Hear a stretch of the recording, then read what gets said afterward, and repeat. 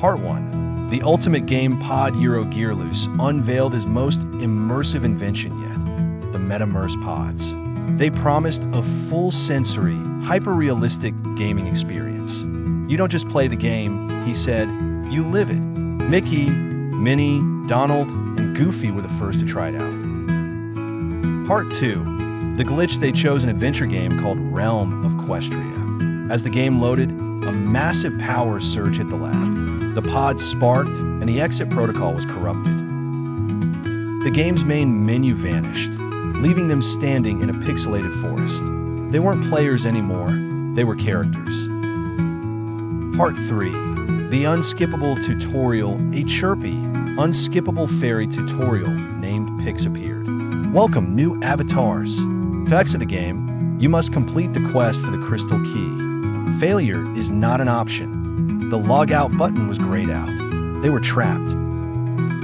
Part 4. The first level.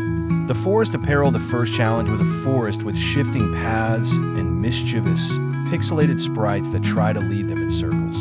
They had to work together, using logic and memory to map the correct path out. Part 5. Donald's frustration. Donald, as usual, lost his temper and chased a sprite, triggering a trap that dropped a net on him. You have to follow the rules, Donald, Minnie advised, patiently solving the pathfinding puzzle to free him. Part 6. The boss battle. The Timber Guardian, the forest exit, was guarded by a giant, animated tree boss.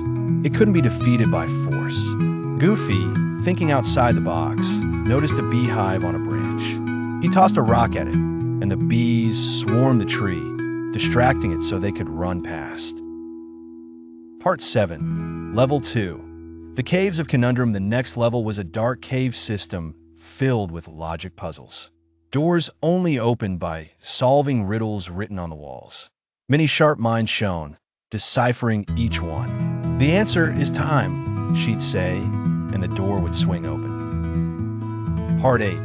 The shifting bridges. The cave ended at a deep chasm with bridges that appeared and disappeared in a specific sequence. Mickey had to memorize the pattern and lead the team across one by one, a misstep meaning a terrifying but respawn fall.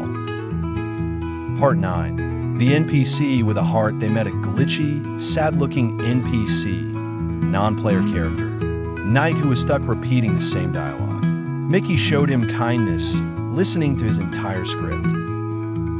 Grateful, the Knight broke his programming just enough to give them a vital clue about the final level. Part 10. The final level. The Castle of Code. They reached the final castle, a fortress made of shimmering, unstable code. Walls flickered, and the laws of physics were suggestions. This was where the crystal key was held. Part 11. The Anti-Virus Sentinels. The castle was guarded by Anti-Virus Sentinels, floating, geometric shapes that fired error message projectiles.